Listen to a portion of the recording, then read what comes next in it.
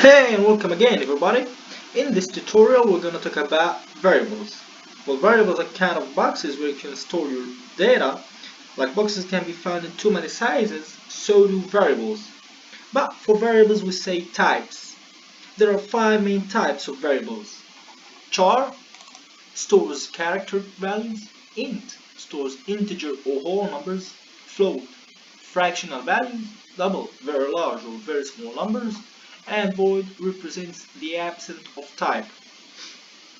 Each one determines the size and the layer of variable memory, the set of operations that can be applied to the variable, and the range of values that can be stored within that memory.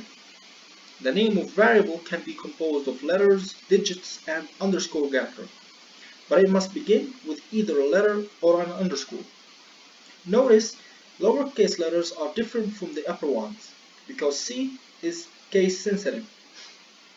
Here, for example, the line int abc, this line here, declares and defines the variables a, b, and c, which instruct the compiler to create variables named a, b, and c of type int.